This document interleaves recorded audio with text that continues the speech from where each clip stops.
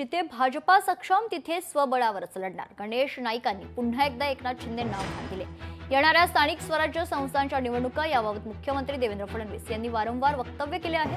मात्र असं असलं तरी ज्या ठिकाणी भाजप पक्ष सक्षम आहे त्या ठिकाणी आपण स्वबळावरच लढण्याचा हट्ट धरणार असं सांगत गणेश नाईक यांनी पुन्हा एकदा उपमुख्यमंत्री एकनाथ शिंदे यांना आव्हान दिल्याचं पाहायला मिळतं. राज्याचे मुख्यमंत्री देवेंद्रजी फडणवीस यांनी काही वक्तव्य केलेली आहेत. महायुतीमध्ये जर त्या ठिकाणी निवडणूक लढवलं तर आनंदच आहे.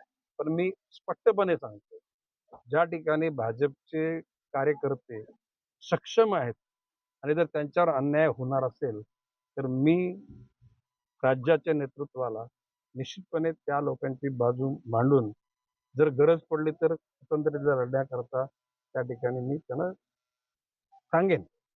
गेल्या वेळा ही जागा राष्ट्रवादी काँग्रेस पक्षाने जिंकलेली होती, अरुण अण्णा लाड. त्याच्यानंतर अरुण अण्णा लाड आणि सारंग पाटील यांच्या बंडखोरीमुळं ही जागा गेलेली होती आमच्याच पक्षातल्या. त्यानंतर जनता दलाचे शरद पाटील हे एकदा निवडून आले होते आमच्या पक्ष म्हणजे सगळ्यांच्या साथीनं.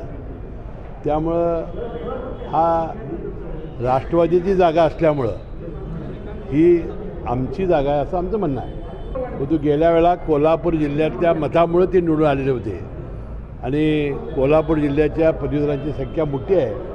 वाटते आम्ही तिन्ही युतीच्या नेतेमंडळींना पटवून देण्यामध्ये यशस्वी होणारच आणि भयामाने हे आमचे उमेदवार ठरणारच असा आज आमचा संकल्प आहे. लोकशाही मराठी ऐका, पहा, जागरूक रहा.